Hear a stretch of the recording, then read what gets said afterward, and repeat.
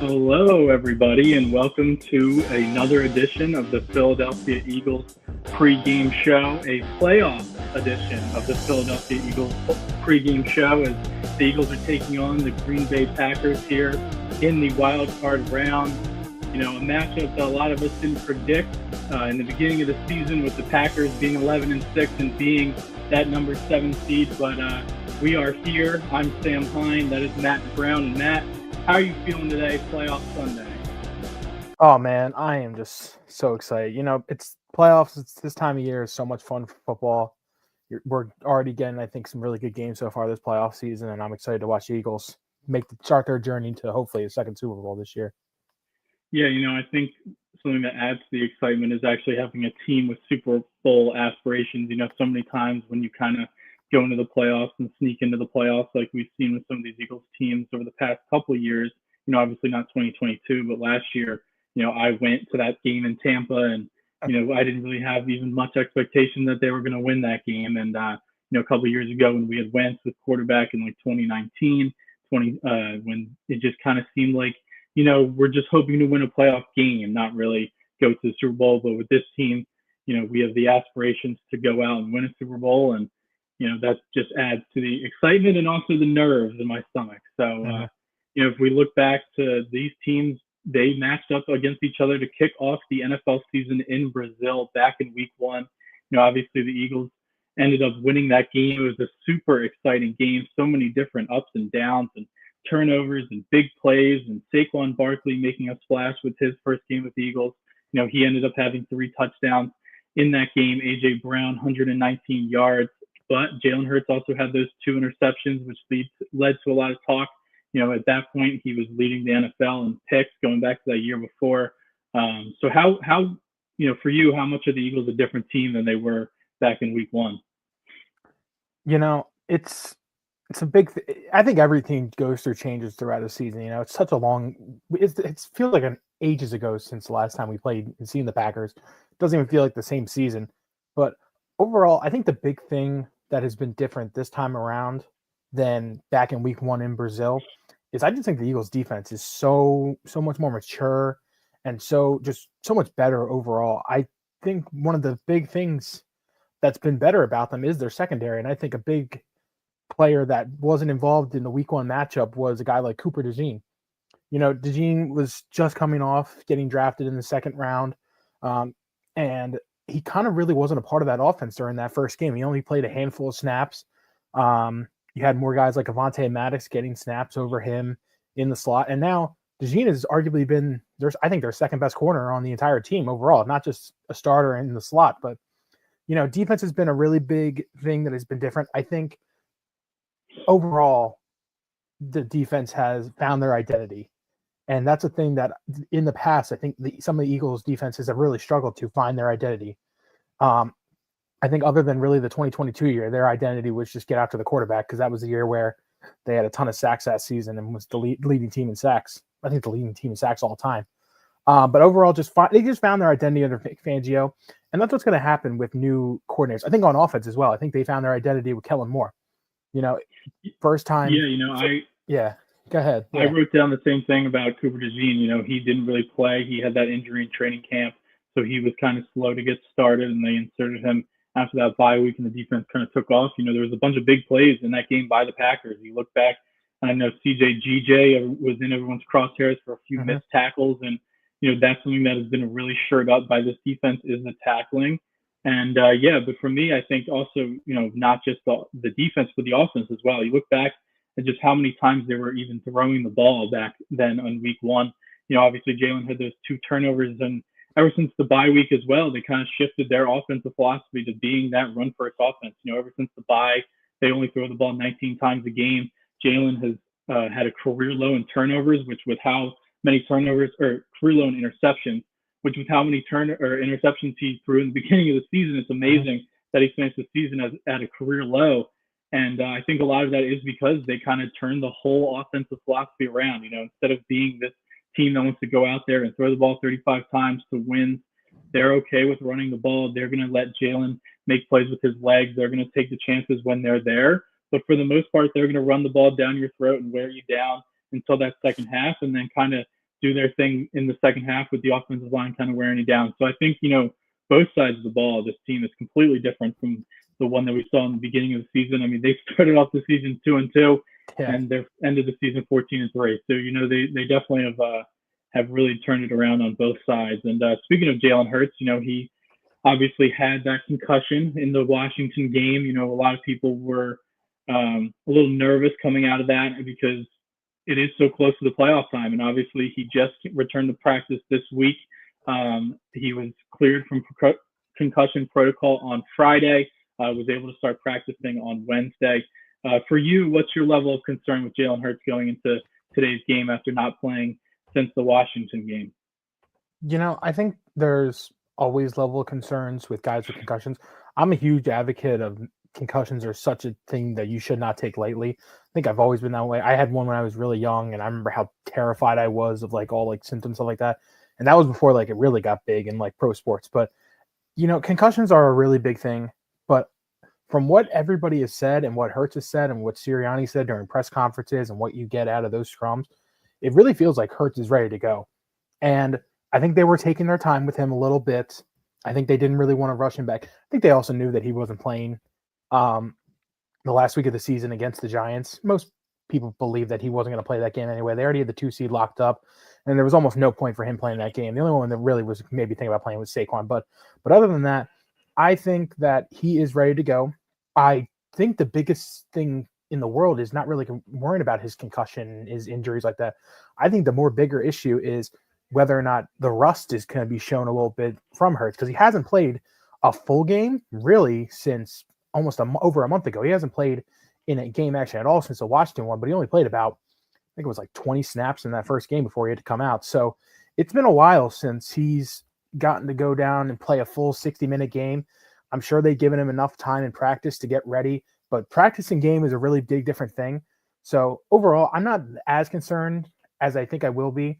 I think today, though, is a really big key to them, and we'll get to this later in the show about the keys to the game. But overall, I think just making sure that he is comfortable throughout the entire game is the big thing, and making sure that you can get, because this is my big thing with playoffs. This playoffs, it's a marathon, not a sprint. You got to take this one game at a time and make sure that he's comfortable and able to play and able to get you now 4 wins away from winning the Super Bowl. So just making sure that he's ready to go this week, making sure he's comfortable with plays, making sure that he is comfortable on the field in game action, I think is one of the biggest things. Obviously winning the game because it's one and done in these playoffs, but overall that's another probably biggest issue for them today, to make sure that happens for them. Yeah, I mean, for me, the rust is definitely a worry. He has someone who started out this whole season, except for, 1 or 2 games. The Washington game comes to mind of one where they started hot, but even when he wasn't dealing with, being out for a few weeks, they started slow on offense in the first half, the first quarter, every single week. So, something I would really love to see from Kellen Moore is kind of do what they did in the Pittsburgh game in terms of just getting their offense humming early from the passing game, short passes, easy completions to kind of drive them down the field, just to get Jalen back into that field, back in the flow, and just keep having his feet wet, as they say. But yeah, it's definitely something that worries me a little bit. And then on top of it being the playoffs, like you said, Jalen has played up and down in the playoffs in his career. If you look, he's 2-3 in the playoffs. So the teams that they have beaten aren't exactly world beaters, and the Giants and then San Francisco without their quarterback. So, we're going to need Jalen to be at the best of his best today. And, I think one thing that I'm really worried about is in terms of the concussion, because I know we'll talk about Jalen as a whole later, but in terms of the concussion is he going to be willing to be a runner today? Obviously he got hurt as a runner against Washington. He didn't end up sliding, and that's where he ended up getting his concussion. I just hope that he's not going to be gun shy when it comes to taking off with his legs, because in the fourth quarter, he doesn't always make the plays with his arm, but he makes a lot of plays with his legs. He makes so many winning plays with his legs. And just having the threat back there of him with Saquon just gives the defense that extra second to try to, they have to decide who has the ball, and him being able to scramble is just so backbreaking for defenses, especially one that's as good as the Packers. So that's my biggest concern in terms of the concussion with Jalen is he going to be as willing of a runner as he was? Obviously I want him to be safe. I want him to take the slides. I want him to get out of bounds if he can. But if that lane is there, this is the playoffs. This is one and done. The Packers are a really good team. You really got to take those chances when they're there. And it's not just us who have a quarterback dealing with something. The Packers also, their quarterback Jordan Love, he missed a lot of the game last week. He exited the game with a hand injury, elbow injury, whatever you want to call it. He talked after the game and said that his hand was numb. He got hit in the elbow, and then it caused his hand to go numb. So, how much is that really going to affect Jordan Love today, you think? No, yeah, and adding on to that last thing about Rush, I think another big key thing is, are we going to be able to see the tush push today? Is a really big thing about Rush too. I don't know if they're really going to have to put him onto that field, or they're going to have to do like a thing where they bring Kenny Pickett in to take the snap on the tush push. We'll see about that later. But back to the whole Jordan Love thing. I do think it's going to affect him a little bit today. I think he's been banged up pretty much all season. We saw it week 1 when he got banged up on that Hail Mary play, or not the Hail Mary delay, the play before that Hail Mary play at the end of that game. And he had to come out, and Malik Willis had to come in. He had to end up playing a couple games for Love in that early portion of the season. But overall, I do think it's going to affect him a little bit. And injuries are a thing that happens with every team. We'll talk about more about some of the injuries that the Eagles have. But injuries are on every team, and it's the playoffs right now. And you got to get going, or you're going to get left behind real quick. So I think Love is going to tough it out. I think he's a tough quarterback. Overall, stacking up versus Hurts, they're very similar quarterbacks, in my opinion, in terms of like the tier ranking in the NFL. They're both not, the top tier guys in the NFL like Lamar, like Josh Allen, like Mahomes, but they're right on the verge of that second tier, I would say, in terms of like the 6 through 12 guys like him, Stafford, Dak, like some of those guys like that. And they're both very similar quarterbacks. They both have similar play styles. Love doesn't run much as Hurts. Love is a little bit better armed than Hurts. And, they both play kind of similar in that kind of sense where they can be mobile, but, also can beat you with their arm. But overall, I think Hurts' key thing with him today to win that matchup is just overall having the better weapons. No Christian Watson today, and for the rest of the postseason for the Packers, if they somehow win today, is a really big thing. Christian Watson is such a great player for them. And now they're going to have to rely on guys like Romeo Doubs, Dontavian Wicks, Jaden Reed. And overall, if they're going to pass the ball, they're going to have to rely a little bit more on their tight ends like Tucker Kraft too. So I think Hurts having guys like A.J. Brown and Devontae Smith and having the pass capability of Saquon Barkley too, and now a healthy Dallas Goedert will be the thing that could help him be the better quarterback today for the Eagles. Yeah, Jalen has just about the best situation in all of the NFL to be a quarterback. He's got amazing wide receivers, great offensive line, the best running back in the NFL. But yeah, like you were saying with Jordan Love, I think it's going to be something that we'll be able to tell early. I think if he already has some inaccuracy issues, he will turn the ball over if you get pressure on him. But I think if you see him early, kind of missing throws a little bit, leaving them high, kind of just, being a little bit inaccurate on those first 2 drives, I think it's definitely going to be something to watch. But I think it's something that the Eagles need to defensive linemen. You don't want to hurt anybody. Nobody's going to call for that, but it is something to watch because if his arm gets hit again, it's something that, he could tear his UCL or something like that. We obviously saw that with Brock Purdy, but his UCL is already banged up. That's why, that's what all the doctors have been saying, why his hand has been numb. So I think that that's definitely something to watch for is if the Eagles do get to the quarterback, if they're going to be, coming for his hand, coming for that arm. So it's definitely going to be something to watch early. And some more injuries, a little bit more unexpected. But A.J. Brown barely practiced this week. Devontae Smith missed practice yesterday. So, what are we looking at here with A.J. and Devontae, and with their injuries? Are you concerned at all about them? They're both going to go today. Both will play today, so there's no worry about that. But, are you a little worried about them being hampered a little bit? It's kind of the thing I said with Jordan Love. It's the playoffs, everyone injured. Everyone's got bangs and bruises. It's been a long season overall. I remember back week 1, Brown missed the 4 weeks after that because he had an injury during that game. And Smitty had a concussion as well. And everybody's been hurt all year. It's football. It's what's going to happen. But a key thing for the Eagles is making sure that not only they're safe, but overall they can play up to their limitations, because you don't obviously want to run down a dude and make sure that they're not going to be able to make it towards the end of the game. You want to make sure they're safe. You want to make sure they're able to rehab going forward. I am a little concerned probably a bit more with Brown. That knee has been an issue with him all season long, dating back to the week 1 game against the Packers. Even back to Tennessee, even back to Tennessee, he had knee issues. So it's definitely something, that's been bothering him farther back than just this year. Yeah, and I think he's a tough guy. He's one of the toughest guys I think on the team. People don't like to say that he is, but I think he is. He will battle through this entire postseason if he has to with that injury. But I'm a little bit more concerned with him because I think knee is a little more concerning than a back injury. I think that's just him being a little stiff, Smitty a little bit, which happens to everybody. I don't think it's going to be the end of the world with him.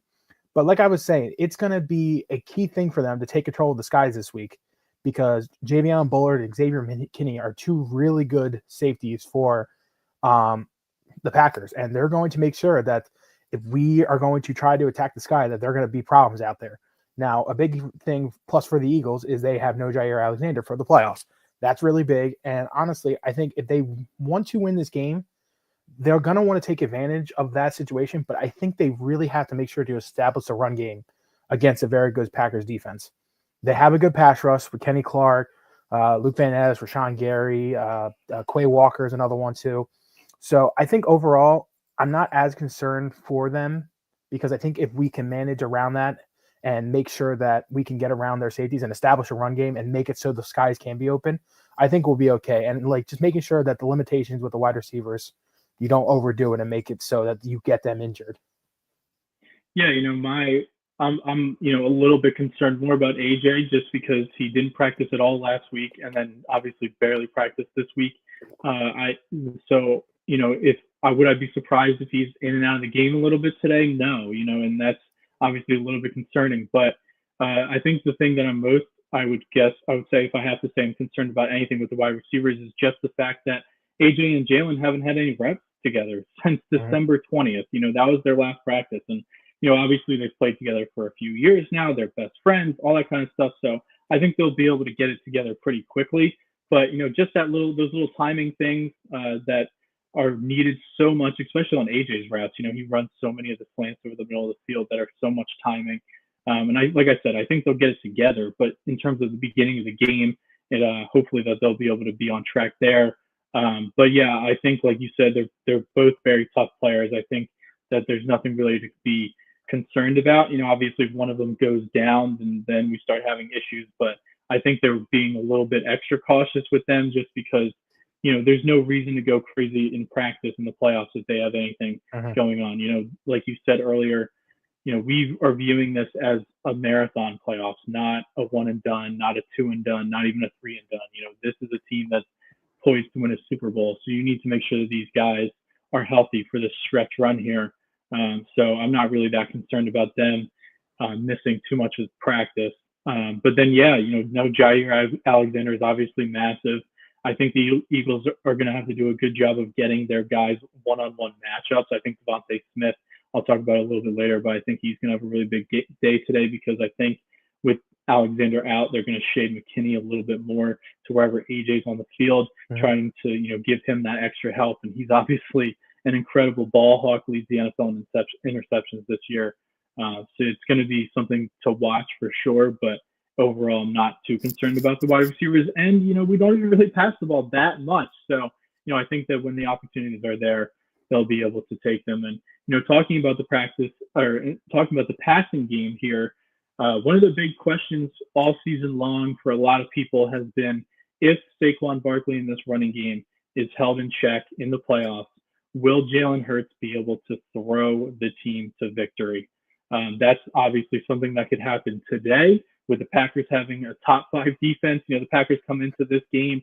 I think a lot of people are just kind of throwing them away a little bit just because they are the number 7 seed, but they're a team that has a top 5 defense, and they could definitely limit Saquon today. So if Saquon Barkley was to get held in check today, do you have faith that Jalen can throw the Eagles to a victory today? I definitely think Hurts can throw to victory. I think the big thing that's helping with the whole Saquon getting locked down by this Packers D is that he did run on them pretty well back in Brazil. But it's like the thing we opened the show about team, how different the team is. This team has had a full season of watching Saquon, and they had film from him week 1 on how to stop him and be able to box him up. And we've seen there's been weeks where Saquon has been boxed up. I remember probably the most notable one is the Cleveland game where he just was not able to run at all. I know the Steelers game as well. They just really weren't able to get him going as well. He only ended up with, I think, like 70 rushing yards in that game. He just wasn't able to break off the big runs like he normally can. And so I definitely think that he could get held in check. And if that does happen, I do have faith in Hurts that he can get stuff going. Now, the way that they need to combat that is they need to play lockdown defense if that does happen. Almost every game where Saquon has got held in check to about under 80-some yards, they played really good defense in those games. Another one was the first Dallas game in Dallas. I think he only had like 70-something yards. They only let up 6 points against Dallas that whole game. The Steelers game, they did not let them even cross first down for majority of the second half and just played lockdown defense. So as a defensive unit, I think that they're going to have to step up if they really see that the offense is struggling, which is something they definitely can do. This defense has shown it before. They're one of the best in the league for a reason. They've let up, especially in the last number of weeks, take out the Washington game, haven't really let up that many points and touchdowns. So that would be the big thing if you're starting to notice that Saquon is really getting boxed. And another thing is they really just need to control the time possession. You talked about it in the Steelers one about how Hurts was making those check down passes to receivers and just wasting the clock and letting it run and having a good game plan like that. If Saquon's going to get boxed, it's going to get put in Jalen's hands. And I don't think you need to overdo it with the big home run plays and the big plays in the middle. Take the little slants you have from AJ, find Smith open, find your tight end in Goddard now. You have him back. Find those little openings and even get Saquon involved in the pass game too, because he's such a dynamic receiver that I honestly feel like we don't take advantage as much, and rightfully so. You want to make sure that he stays healthy the whole year, and throwing him out in coverage is something that you don't really want to do to get him hurt. But I think Saquon could get boxed today. I really hope it doesn't happen. I hope that the Eagles can dominate the run and dominate the line of scrimmage the entire day. But if that does happen, I do have faith in Hurts that as long as they do things correctly and don't put him in spots to fail, that he could overall win them this game through the air if they had to. Yeah, I think, for the point of the question, Saquon Barkley to me, after the Baltimore game, I have faith on him running against any defense. That Baltimore game coming into it in Baltimore, that game was freezing cold. Baltimore was the number one run defense at the time. No one had rushed for over 100 yards on them the whole season. And boom, here comes Saquon Barkley, puts up 110 on them. And obviously that game-winning touchdown at the end. So after that game, I feel confident that no matter who we're playing, Saquon Barkley will be able to run on them. But for the sake of the discussion of, because it is obviously possible that Saquon could get bottled up, this is something I've been worried about all season long is can Jalen in the playoffs go to the victories?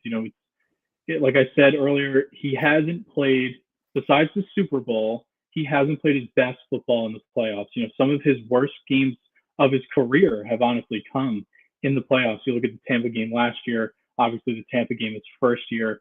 He's 2-3 in the playoffs in total.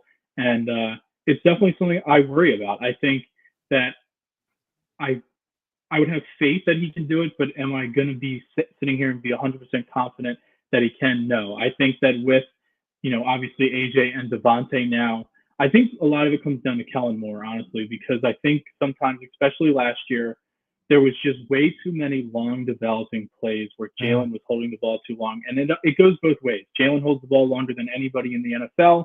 And then last year, there was obviously too many of those long developing plays. I think if Kellen Moore can get the ball out of Jalen Hurts' hands quick and kind of take the extra thinking out of him, then I think we'll be fine. But I think if he's back there and, holding on to the football and then missing guys that are open short because he's focused in on one guy, I really hope it doesn't come down to this, because it is definitely something that I'm really nervous about. And I think it's something that has worried me all season long, because there's really only been 2 games this whole season where he has, in my opinion, thrown them to a win. I think if you look at Pittsburgh, and then if you look all the way back to Cincinnati, all the other games have kind of been on the shoulders of everyone else. And that's not to minimize what he's done this year, because I've said consistently that I think one of the biggest things that he does is win us games on the ground with his own legs. He makes so many big plays at the end of games with his legs. But if we're just going to, take all of that out and say, can he throw the ball to a win today if everything else, goes away? I'm definitely worried about that. But luckily, I don't think that that's going to happen. I think that Jalen's going to run the ball, and I think that Saquon is going to be a big star in today's game. So talking about the offense, moving on to another topic about the offense. The Eagles, so far this season, they were the slowest starting offense in the NFL. Every single game, it seems like they were just kind of, pitter-pattering their way through it. And then as soon as the second half came out, they were able to adjust, and then they could kind of fire on all cylinders. How important is it today for the Eagles offense to start fast? I do think it is really important for them to get points on the board. Now, I also don't think it's the end of the world if they don't, because it really, in playoff games, it's not about how you start, it's about how you finish. And I think second half teams are the ones who end up winning most playoff games. We saw it in the Super Bowl against the Chiefs. We were the dominant first half team, and out came Pat Mahomes in the second half, and he absolutely destroyed us in the second half. And the rest of that story. Don't got to remind people about that, unfortunately. But getting out early, especially at home, is a really big thing. I would not like it to where we go into halftime tied or losing by a couple points or even losing overall. You don't really want that. So it's not the end of the world if we don't get out going early, but you would like to see a possible change of pace, and just you want to be dominating in terms of the first quarter and early on. Not so much if you don't end up scoring. You just want to make it feel like you're controlling the game overall, whether that's you're dominating with the run. It seems like Jalen can't miss, or they just don't have the ball overall. So overall, they don't need points to me to make me feel like dominating early on, but they need to feel like, and I need to make it feel like I feel like they're owning the game in the first half. So yeah, overall, not the worst thing in the world, but I do think it would be nice to get some points out early and really just dominating from the start of the game. Yeah, so I think that today, every game you want to start fast. Everyone's ideal scenario is you get the ball, you go up 7-0, right? Obviously. But I think today it's a little bit more important than it has been, just from the standpoint of Jalen is coming off of the concussion. There is that rust factor that everyone is worried about. And I think that a big drive and a good drive to start the game, whether we get the ball first or second, whatever it is, I think going down and putting points on the board from that first drive can just kind of give everyone a sigh of relief of just saying, okay, Jalen's good, and gives everyone in the stands and everyone at home and even some people on the sidelines, because I'm sure, whether people want to admit it or not, there's some people that are a little bit worried about that. After not playing for 3 weeks, it's hard not to creep into everybody's mind. So I think, going out and putting a good drive together and putting some points on the board on that first drive and getting an early lead would just give everyone such a big sigh of relief. And then I think, obviously the Eagles have a great home field advantage. Everyone knows how great our fans are, but I think we've seen it, a little bit in the Phillies playoffs the last couple of years, where while the fans are great and they're energetic and they're loud and they will pummel you if your team's up, if your team's losing, you can get very tight. If the home team's losing, you can get very tight. And I think just the ability to go out there and put a 7 spot up there early, get up 7-0 on the Packers, and then just having the home fans kind of get off to that frenzy instead of having to have it build. I think that could be really important as well. Jordan Love obviously went to Dallas last year and won a playoff game, but I think that that's something that we could definitely feed off of. And, our crowd is unlike any other when they get a lead. So I think that that's something that could be really important today as well. It's just kind of get the crowd. They're going to be obviously a kickoff, wanting to bite people's heads off. But if you go down there and put up a early 7-0 lead on them, or if you could even get it to 14-0, it's going to be really hard for the Packers to come back from that, I feel like. So we've talked a lot about our own team here, so I think we should switch it over a little bit and talk a little bit about the Packers and their best player on offense, Josh Jacobs. This season, he's ran the ball 301 times for 1,329 yards. He also has had 15 touchdowns. He is the biggest player and the best player on their offense, and it's going to take a lot for the Eagles to stop him today. No, 100%. I shouldn't say I was in the doubters of Josh Jacobs, but I didn't really think that he would have such a big impact on the Packers when they signed him in free agency this past year. But he has been one of, if not, I would say he's probably the second best signing behind Saquon Barkley. Maybe put Derrick Henry too, but I would probably think that Josh Jacobs has been just as impactful, if not almost more than Saquon Barkley to his respective team. The Packers, as good as they are, they really just don't have the other weapons outside of Josh Jacobs. No disrespect to Jaden Reed and Christian Watson and all those good guys, but it's night and day between what some of these other NFL teams have in terms of wide receiver help. So, Josh Jacobs. As someone who owned Jaden Reed in fantasy, he has games where he goes crazy for 150 yards, and then the next game he gets one catch for 10 yards. So, their wide receivers are very inconsistent. Yeah, so it's very inconsistent offense. But the one thing that has been consistent has been the ability for Josh Jacobs to take over games running.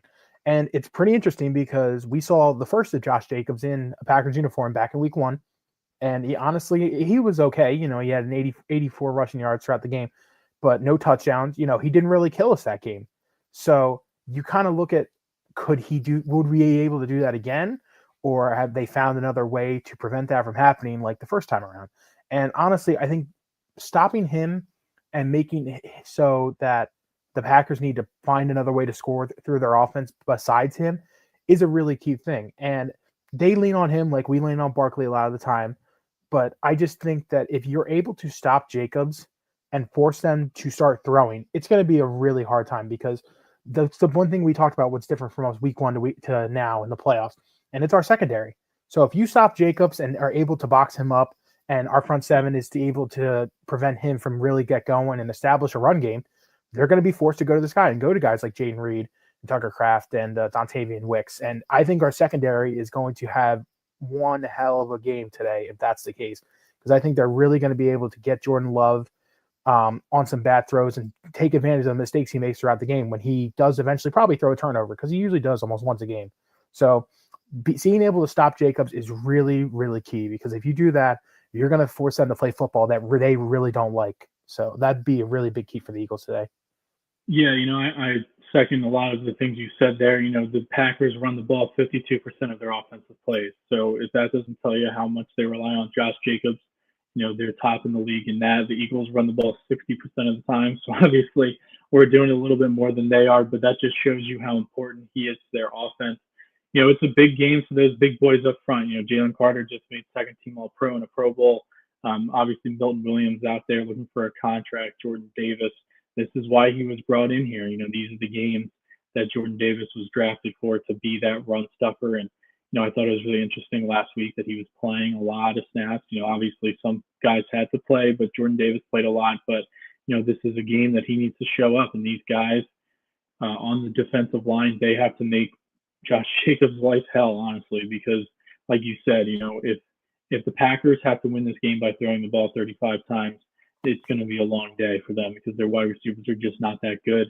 And obviously the Eagles secondary is, probably the biggest strength of our defense outside of our defensive tackles. And then, with Christian Watson being out, it's a big factor in that as well, because I think one of the things they like to do is, set up the run, play action to a deep ball. Well, if you look at our defense the last couple of weeks when everyone was playing, we got beat. We got beat on a few deep balls. Quinion got beat by Terry. Slay obviously got beat in that Washington game as well. I can't remember who the wide receiver was. I know Olamide Zaccheaus had a long touchdown. So with that kind of aspect of their offense being out, they'll have a tough time moving the ball down the field if they become one-dimensional. So we have to do our best to turn them into a one-dimensional offense, and that starts with our defensive line really stuffing up Jacobs here. Turning back to the Eagles, I think something that we don't often see, and we've talked about some guys today, and we talked about injuries today, guys being banged up. But the good news for the Eagles is that all those guys are going to be playing. The Eagles have 22 out of 22 starters playing. Obviously Avonte Maddox got swapped out for Cooper DeJean, thankfully, but besides that, everyone else that was supposed to be the starter and is the number one on the depth chart is going to be playing today. Obviously Brandon Graham is out. Hopefully he'll be back if we make it to the Super Bowl, but nice, he was not a starter for this team. Just coming into this game, coming into another playoff run, as we saw in 2022 with all of our starters healthy, I think it just shows that, a lot of people dog Nick Sirianni, and I've been someone who's defended Nick Sirianni a lot. And I think one of the biggest things they dog him for is these off seasons, right?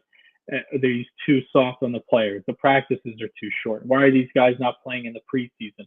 All this stuff, but consistently at the end of seasons and in the playoffs, he has his players all healthy and ready to go. And I think it's a correlation. I think what he does week to week with resting guys on Wednesdays and, giving AJ Brown days off and giving Jalen days off and all these guys days off here and there, and really caring about maintaining their bodies because he knows how grueling the season can be. I think he's done a great job at that. And, a lot of people ask what he does. And I think that's a big part of what he does is setting these guys' schedules every day and in the off season and helping with these training staffs of getting these guys healthy and to just come into a playoff run with all their players healthy. It definitely makes me confident going in because, you look at some of these other teams across the league, Detroit specifically, they have so many players on IR. Yeah, and the Eagles just have a really good shot here. And thankfully, we got everybody healthy, and we're going to be giving it our all going into the playoffs. Yeah, 22 of 22, week one of the playoffs. That's such a crazy thing to think about. Like you mentioned, it shows how great their health and fitness regimen is and how they take care of their bodies and they take care of their players really well, because a lot of teams don't really prioritize that sometimes, and it really shows because, and this is no knock to the Lions. I'm sure it's not the craziest thing in the world that, they get a lot of these injuries, but I'm sure that some of their play style, it probably takes a toll on some of these players. And I'm sure that might be the reason why some of these injuries are happening. Not all of them, some of them are just freak accidents and injuries happen. But that's such an important thing right now. Health, I think, is by far the most important aspect of the NFL season, because a lot of the time it's not really the best team that wins. Sometimes it's the healthiest. It's not always that time. There's times when the best team always win. But if you can have healthy guys throughout the playoffs and getting to the Super Bowl and just having depth after depth after depth, it proves so much better, because I think that's the main concern that people have with thinking the Lions are going to win, because the Lions right now are down to their sixth outside linebacker that they've had to replace throughout the season. So being healthy is number one priority right now. If you can stay healthy, you have a very good shot of getting to the dance and getting to be able to lift the Lombardi Trophy in February, because, like I mentioned, it's not always the best team that wins. It's sometimes the healthiest. And if that is the Eagles team, with the talent they have as well, because this is also a very talented team. So if they're able to stay this healthy on top of how much talent they have, that'd be a really key thing for the Eagles going forward, and may give them the advantage depending on who they end up playing in the next rounds coming forward. Yeah, and throughout the season, I feel like there's been a little bit more injuries than normal. Obviously AJ and Devontae missed games, and Dallas Goedert seems to always get hurt, and all that kind of thing. Which, like you said, injuries are going to happen. But I think something, like I said, a lot of people ask the question, well, what does Nick Sirianni do? And if you look back to Doug Peterson's time in Philadelphia, you go back to the Super Bowl year. Obviously, that team was amazing, and they won the Super Bowl and all that stuff. But the amount of injuries they had, and then the next year the injuries, and then the next year the injuries, and then the next year the injuries. I'm not saying that it was all Doug's fault or it's all Nick's fault that they were really unhealthy with Doug, and now they're healthy now. But I think the styles of play and the styles of practice and all that kind of stuff, and preseason and all those approaches, they do play into it. The Lions, like you said, Dan Campbell wants to be out there hitting every day and these hard practices and all that kind of stuff. And at the end of the season, they're a great team, but they might not win the Super Bowl because their defense is just decimated. And again, like you said, things are just freak injuries. Injuries are going to happen in the NFL season, but I do think the coach plays a lot into that, and their, the way they approach it. And I think Nick has done a great job this season with that. And speaking about Nick Sirianni, we have another head coach, another young head coach that's going to be across the way today, and Matt LaFleur. There's been some rumors, some guys talking about some articles being written that if Nick Sirianni loses this game today, that he could be out as Eagles head coach. So what do you think about those rumors? And if you had to pick one coach, Nick Sirianni or Matt LaFleur, who would you choose?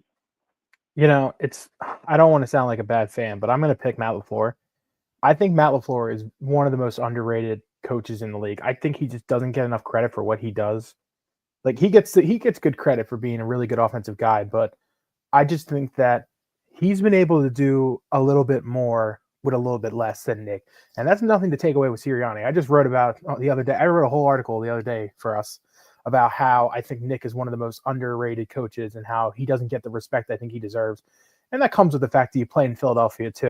I think that has to do with a big reason why a lot of people think that Nick might be out, because the media in Philadelphia likes to propped up that, oh my God, how can Nick do this and Nick do that? So, but overall, I think Matt LaFleur, he's made the playoffs 5 or 6 times. He's only missed once. He's had a winning record every single season since he's taken over as head coach. And he's honestly worked with a lot less than what Nick Sirianni has. Nick Sirianni, other than I would probably say his first season as a head coach, during Hurts's official first year as a starter, when they still went to the playoffs and Smith was their number one receiver. But he has worked with some really bad offensive groups. Like they were relying on Aaron Jones to be their number one guy last year, who, no disrespect to Aaron Jones, he's still a good player, but he just was not their top guy that you really needed for that offense. Other wide receivers, it's about the same wide receivers they had last season that they have now. You add a guy like Jaden Reed, who's a rookie. But I think he's been able to be a little bit work with more than less. He's been able to do a lot more with a lot less great talent, in my opinion. And I think another big aspect is he still calls his own plays, and he's a really big offensive guy. He was under the McVay tree of NFL coaches and how they can be dynamic and make all these really cool plays and whatnot. So I am going to take LaFleur, but it's really close between the two. They're about in like a ranking scale. If you put like LaFleur as like the fifth best coach, I think Sirianni is the sixth best coach. So it's really it's night and day with the both of them. I'm going to give the slight edge to LaFleur though, but they're both really good coaches. I think both very underrated. Yeah, I think where LaFleur, I'm a big Nick Sirianni advocate. I think that he gets treated very unfairly in this city.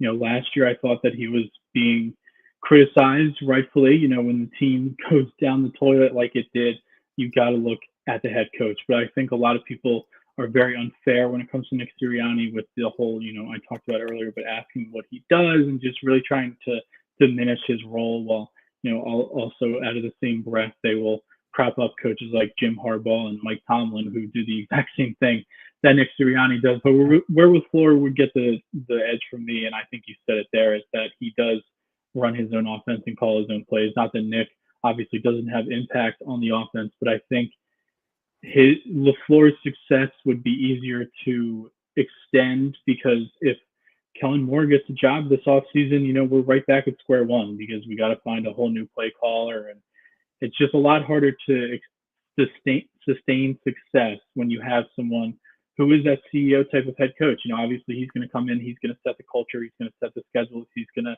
do all that kind of stuff. But if it was, if I were to pick my perfect candidate, it would be someone who came in and ran their own offense and called their own plays, because there's someone who you can just leave there and then the offensive coordinators can filter in and you don't really lose a step. Well, obviously Kellen Moore's done a great job this year. If he leaves for the Saints, where it's interviewing for, maybe the offense takes a step back next year because we're going to find somebody else. So, that's why LaFleur would get the edge from me. And I think what you said too about working with less talent is a good one as well.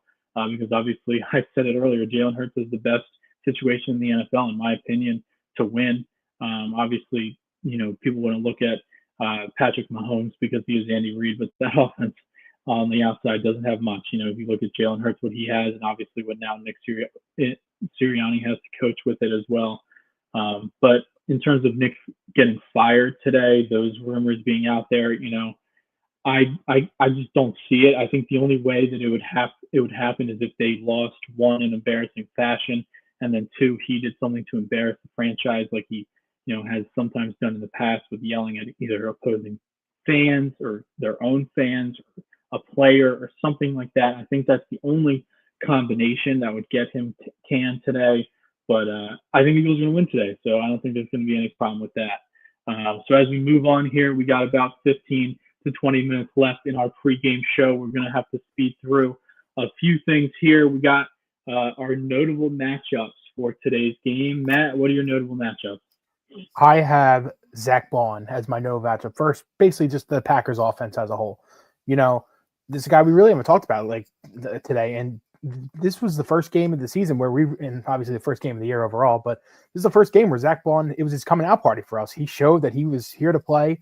He was here to be an all-pro in the city somehow, which is still crazy to me that we signed this guy for less than $2 million, and he's an all-pro linebacker for it, which is awesome. But last time we played him in Brazil, Zach Bond was all over the place. He had 15 tackles, 2 sacks. I think that was a career high for him for both of those numbers right there.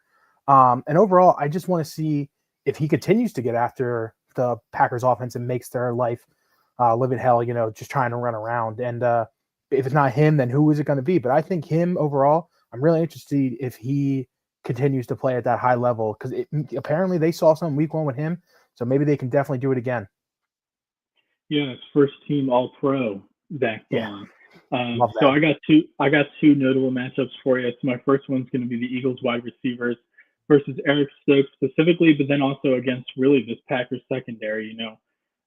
With Jair Alexander out, they've had to obviously insert some backups in there, and Stokes is one of them, and he's by far their worst guy. And it's going to be a big thing for the Eagles to get one-on-one matchups with him. I talked about earlier how I think that the Packers are going to kind of shade McKinney over to AJ Brown's side, trying to, he's a ball hawk, so he's going to be trying to go over there and just in total, Jair Alexander would be a guy that would follow AJ Brown all across the field, but now with him being out, they're going to need some help there. But I think that this can lead to Devontae Smith having a big game. I'd like to see them move him in and out, outside, inside, all those kinds of things. So I think if they can get one-on-one matchups with Devontae against their backup cornerbacks here, they can really take advantage of that. And then my second one's going to be Jalen Carter versus Sean Ryan. Sean Ryan is the Packers' right guard. He's probably their weakest link on their offensive line.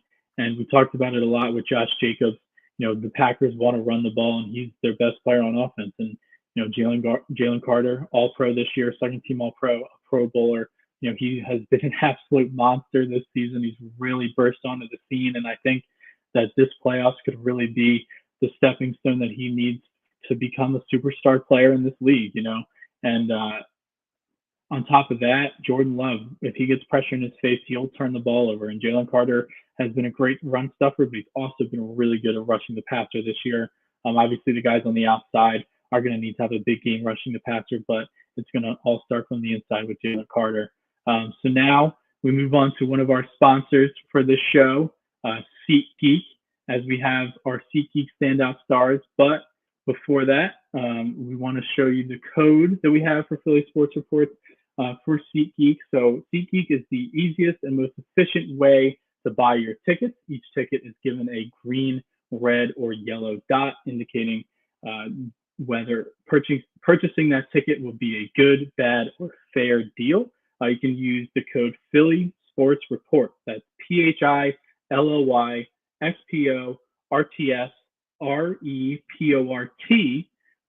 for $20 off your first order. Again, that's going to be code Philly Sports Report for $20 off your first order. You can click the link or read the description in our bio, and also it'll be linked to all of our articles that we post on our website.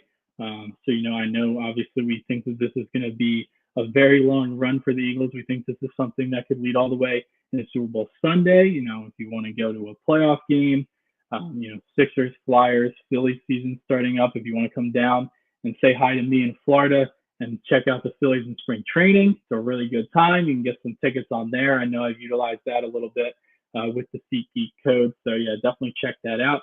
And again, one more time, that code is Philly Sports Report.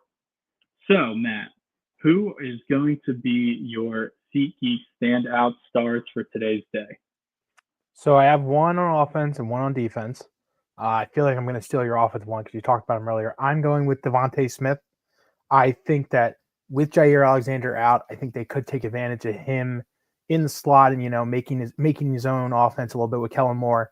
I think Smith could really have a really big day, especially with AJ Brown really locked up. I think a big thing for him is for Hurts is not really, worrying about the little off the ball passes and stuff like that. I think he could either beat you in the long game if you really need him to, but I think the overall Smith is just going to be getting really open today right off the line of scrimmage, and I think they could take advantage of that with those little dump down passes. So I think it could be a really big game for Smith today on offense. And then on defense, one of my big stars is the guy who didn't get really a big chance back in week 1, and that's Cooper DeJean. I think Cooper DeJean could really lock up a guy like Jaden Reed today, make his day a living nightmare, and overall just be the guy that could help us out win this game today. So those are my two stars, Cooper DeJean, Devontae Smith. I think will be the really big stars for the Eagles today. I like it. Yeah, you did steal my offensive one with Devontae Smith. If you look back at these playoff runs, obviously last year in Tampa, Devontae Smith had his career high in receiving yards. He had an amazing game Even if you go, back to 2022 in the Super Bowl, he had a huge game. San Francisco, he had a big game. New York, he had a big game. And then you go all the way back to college. I mean, I remember sitting with some of my friends watching that college football national championship when he was on Alabama, and we all looked at each other and we said, Devontae Smith needs to be a Philadelphia Eagle because that guy is a baller. And he, it seems like he's always somebody that shows up in big games. So I think I agree with you on that one. And then on defense, I know I talked a lot about how I think Jalen Carter needs to dominate this team, but I think that my standout star is going to be CJGJ. Coming back to the Eagles, everyone wanted him back and nobody wanted him gone when he left, went to Detroit. And he did not play well in week one against the Green Bay Packers. He had missed tackles, let up a touchdown. Just really wasn't a good game for him overall. He's really shored up his tackling, and he's gotten back to getting interceptions. I think that CJGJ will have a big interception late for the Eagles today, and that's why I think he will be my defensive standout star for the game. Now moving on to some betting. So we got our Gamblers Are Us locks of the game. Listen to the Gamblers Are Us podcast wherever you find your podcasts on our YouTube channel. So last I looked, at least down here, the Eagles were 5-point favorites and the over-under was 45.5. What are some things you were looking at, and how do you feel about the point spread here? I really like this point spread. 5.5, whatever you want to take it. I still think the Eagles win by at least a touchdown. So if I was betting man, I'd probably be taking that Eagles minus 5.5. I do think they're going to be able to easily handle the Green Bay today. We'll get to my prediction later, but I have them winning big. So I really don't think that's the big issue. The key today is the over-under. Now, both these teams are big running teams, and that's where it's going to get really interesting depending on the offense today, because if Green Bay is not able to score as much, or if the Eagles can't score as much, it'd be really interesting to see if they get to that 45.5.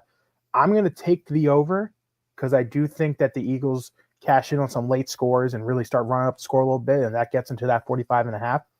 But overall, my one big lock of the day, we talked about it for our standout stars, but I think Devontae Smith is going to find the end zone today. I think he'll be a guy that he kind of locks into big time today. I think his receiving yards is another probably big one. I'm not sure what his line is officially set at, but I think he'll be easily getting those numbers today, and I do think he's going to find the end zone. So those are probably my locks of the day. Big one is I definitely think the Eagles are going to cover 5.5. So if you're betting on that, I would 100% be going for Eagles 5.5.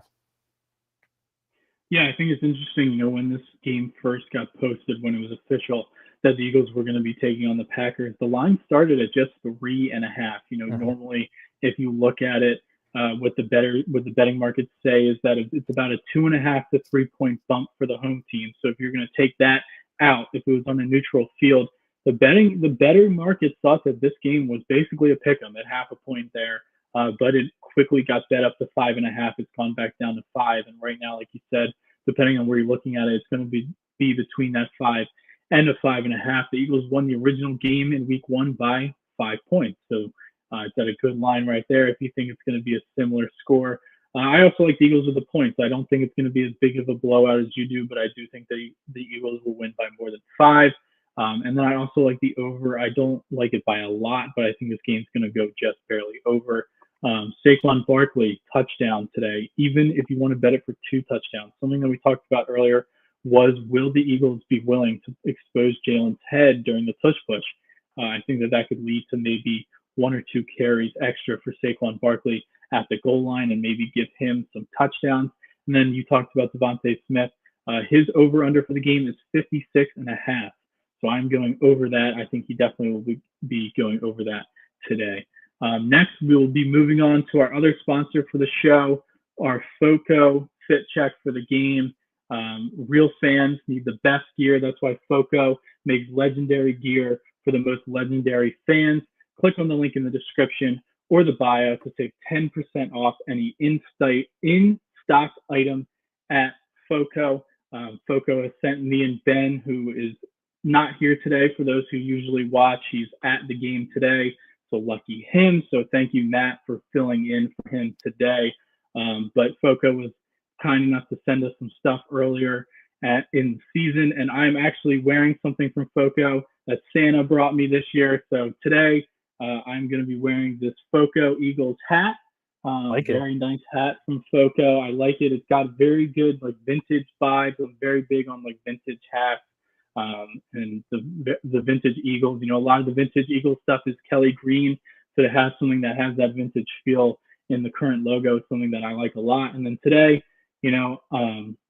I usually wear a different jersey every single time on the pod, and today I was debating on what jersey to wear, and I figured what better way to start off a hopeful playoff run than to wear a jersey from the last time, or what better way to start off a hopeful Super Bowl run than to wear a jersey from the last time the Eagles won the Super Bowl. So today I'm wearing the Jason Kelce Super Bowl 52 jersey.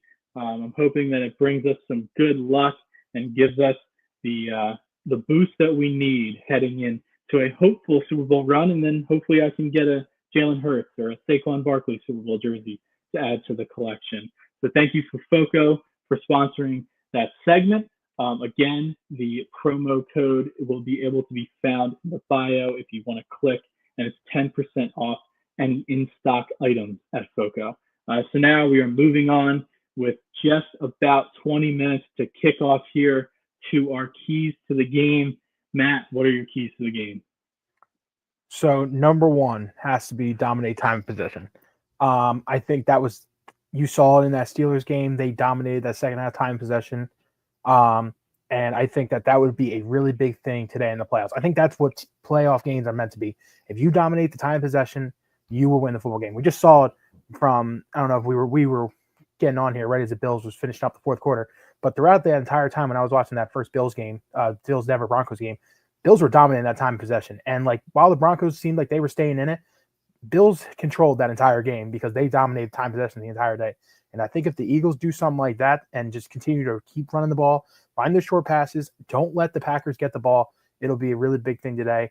On top of that, I think another big thing is winning third down and putting Hurts in situations that you don't force him to make big decisions, obviously unless you have to if you're losing and stuff like that. But if you're able to dominate on third down and force Hurts not to make bad decisions, put him in spots where you don't want to, making dumb throws and tight throws, just able to calm things down, make it easy, dominate time possession, I think that would be the big keys for today's Eagles game.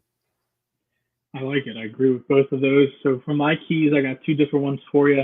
My first one is going to be get pressure on Jordan Love. I think something that he's done better, as the season has gone on, is limiting his turnovers. But he went through a stretch of 8-9 games there where he was throwing an interception in every single one of them. And he is someone that if you get pressure on him, he will make some throws where you were just scratching your head as a fan of football, wondering what in the world was he thinking with that throw. Then he also makes some throws where, it's only him in the NFL that can make them. So you kind of take the good with the bad there sometimes, but obviously we're going to need to create some turnovers today. So I think, Nolan Smith, who's really come on this year, Jalen Carter, who I talked about earlier, Josh Sweat, these guys need to be in his face a lot. And, like I said, if they're going to be hitting that arm, it might be a situation where he may have to come out of the game for a few plays if he obviously is struggling with that. So it's going to be really big to get pressure on him and get him down to the ground. Hopefully he will make a mistake. And then my second one, something we haven't talked about at all today, but it's a big question mark and probably the biggest concern for just about every Eagles fan going into this playoff run is play with special teams. The Packers are very good in the return game. They play with a lot of short fields because of it.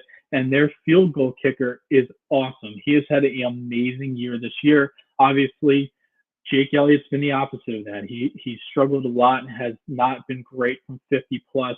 Don't give the Packers short fields to work with today. Make them earn it. Make them go all the way down the field. The classic Vic Fangio defense, bend but don't break, and hope they make a mistake. And Jake Elliott, please, please, please, please, please make all of your kicks today.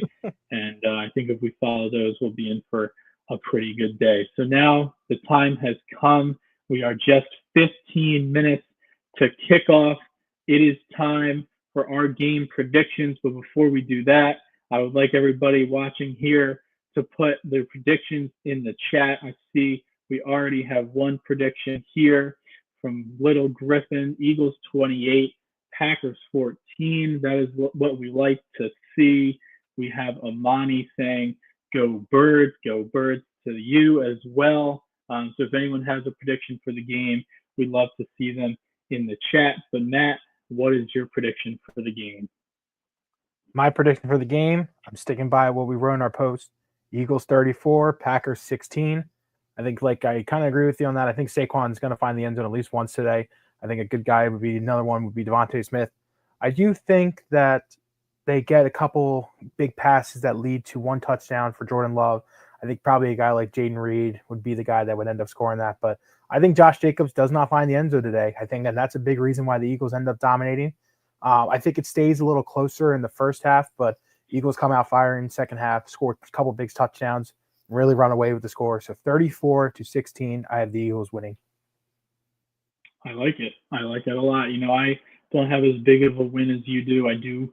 I as well am going to stick with what we wrote for our big group article that we put out today at phillysportsreports.com. If you want to check that out, it has everyone who covers the Eagles with us put together a little score prediction and a little blurb of what they think is going to happen today. And I'm sticking with the same score. I think the Eagles are going to start out a little slow. I think it's just going to be like every game. I agree with you. I think the first half is going to be close, but then I think that Saquon Barkley is just going to do what he does. The offensive line is going to do what they do. They're going to wear down this Packers defensive line. Again, the Packers defense is nothing to sneeze at. They are top 5 in the NFL. But I think at the end of the day, the Eagles offensive line will be able to wear them down. I think Saquon Barkley late in the beginning of the fourth quarter, sometime around there, will break a big touchdown run. And I think the Eagles will win this game 28-20.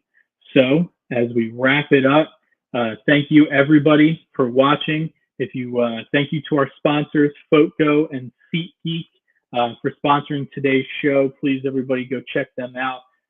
There will be a post-game summary written by one of our writers. I'm not sure who's on it today. Matt, there we go. It'll be written by Matt. I am. Today. I'm going right from the show right to writing. I'm all good with that. There you go. So make sure you check out his post-game article. It'll be posted on all of our social media accounts, and also follow us on social media. Our Twitter accounts. We post all of our content on there as well. So again, thank you everyone for watching today. Thank you to our sponsors for sponsoring the show today. Thank you, Matt, for filling in for Ben today. I really appreciate it. You did a great job. And go Birds. Go Birds.